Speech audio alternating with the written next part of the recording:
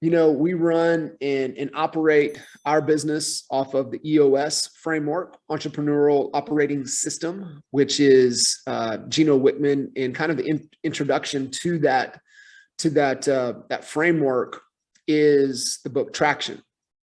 And so if you guys don't have a copy of Traction, if you're not plugged into eosworldwide.com, get plugged into eosworldwide.com. It is the operating system to operate and run your business. And, we made the investment at the beginning of this year for our team, and we spent 4 months going through and fully implementing the entire EOS framework. And, really leaning off of, with the VTO, and really the people side of things, but also one of the components is the numbers, the data, and knowing for you as a business owner of your business, the CEO of your business, doesn't matter what size, if it's just you or if there's 100 of you still have to have certain numbers to know if our organization is going to hit the targets or not. Now, this can get a little overwhelming because you can track a lot of things.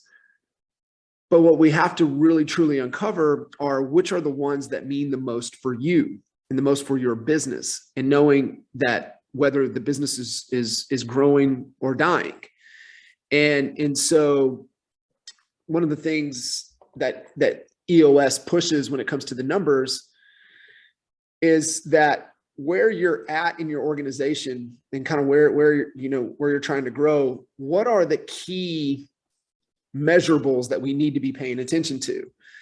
And so when you go through the quarterly planning session, you're looking at, okay, well, these are the issues and these are the numbers that we need to be paying attention to. Now, there are some things that just absolutely make sense, right? Money in, money out.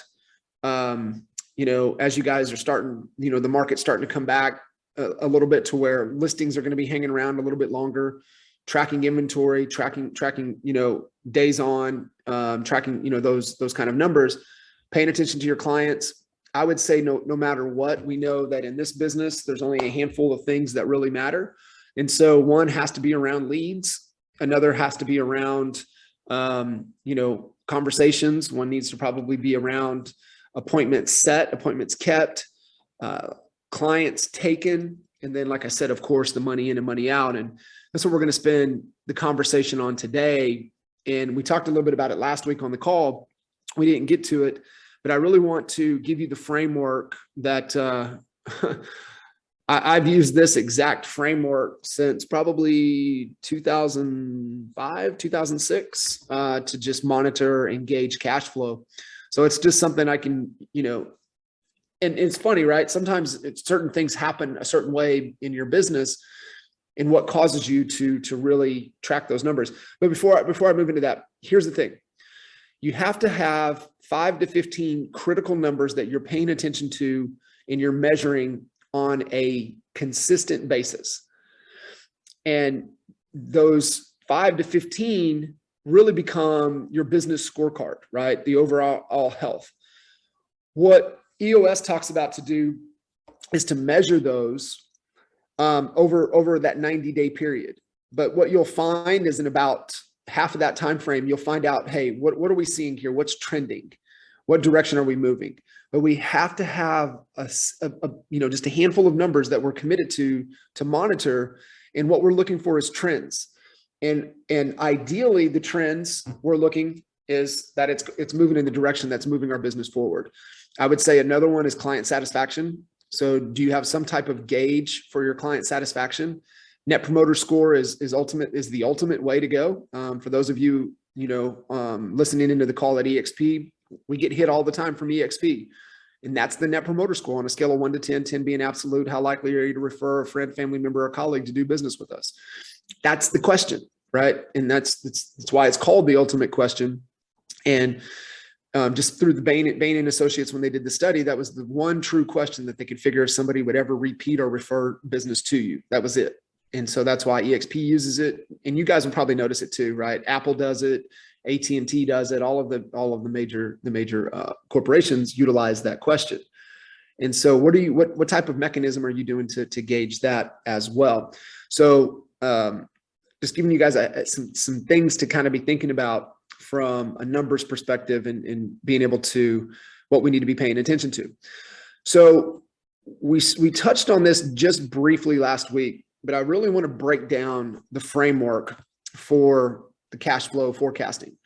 So when it comes to the financial component of your business, which is a key function in your organization, because it's gauging the oxygen levels that you have. And we know the most important thing to us as humans is oxygen. And the most important thing to your business is cash. And that's the oxygen for your business. We have to be able to monitor, engage and be able to see what's going on. Remember, the rule of thumb when we're talking about the math and the financial component of our business is that whatever time we allocate to it, 75% on what is going to happen, 25% on what has happened. We can pull kind of trends where we're spending money, what's not working, what adjustments do we need to make, but we need to be able to have a great process to be able to forecast the cash flow in our business. And ideally for us, in your homework coming out of this call is going to be, you need to know what your cash position, cash availability, November 1st and December 1st. You should know those two numbers. Like right now, if I said, hey, Sam, where are you going to be November 1st cash wise? Sam should be able to, within a click of a button or two, pull it up and say, hey, we're going to be right here. Where are you going to be December? Right here. So I'm going to give you kind of the framework that we go through. And the reason why I think this is one of the most important things that you need to be able to see in your business is because it doesn't feel good when you're trying to figure out how you're going to make payroll. And it's because you didn't do a good job at seeing into the future and seeing what's going on, what's happening. And this is also why it's really important that we know the seasonality of our markets. We know the seasonal side of our business. And that's kind of foreign to agents that have been in the business three years or less. But, if you were around, in the 18, 17, 16, 15 timeframes, that there's a seasonality to the market. And for most markets, what's about to happen is that it'll be the lowest number of sales for the quarter in January, February, and March. We even knew in one of the hottest markets on the planet that only 17 to 18% of homes were going to sell and transact in the first quarter, which was North Dallas. And Lawton's pretty similar, right? There's a pretty big bell curve that it flows. Well, that's important because if for example, you're going to close 50 homes and yet, right, when you start running the percentages and you have fixed expenses in your budget, and that was us, right? We knew we were going to lose money in January. We knew we were going to maybe at best break even in February. And if we just stuck with the seasonality, we were going to be profitable in March, and hopefully a good enough March that we still had a positive quarter. So it's just understanding those things so you don't panic and you stay focused on the things within your control. That's why having a handful of measurables that you're paying attention to that are within your control are super, super critical, because that's trending. That's the effort metrics, right? That's not only leads, but it's also, like I said, the engagements, the contacts, the conversations. Those are the key things. So I'm going to walk you guys through kind of what that forecast looks like. And I got a little weird with it in a way because of how tight things would sometimes get. And I looked at it week over week. So our cadence, really, since I came on board with Kinder in October of 2004 and really establishing it going into 2005, is that Fridays was Financial Friday. Meaning every Friday we went through and we looked at these set things. And in fact, when I established that, we put that together, that even carried over when NAEA was born. And so Pete, to this day, still does the numbers updated on Friday. He has everything updated. And it's super, super important to be able to go in there and know what's going on. Because if you see you get into a below threshold with your cash, then you know what things need to change. And kind of what we talked a little bit about last week, Renee, with, cash conversion cycle, certain things take certain amount of time to start to get to return on that investment. So I'll walk you guys through kind of our agenda that we have followed forever, and then kind of what that cash flow looks like. So in our financial meetings, what we go to look at, obviously we kick everything off with good news.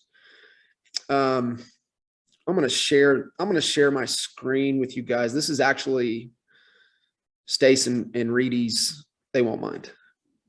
They're not on the call, so they don't have. All right, don't tell them I showed you this.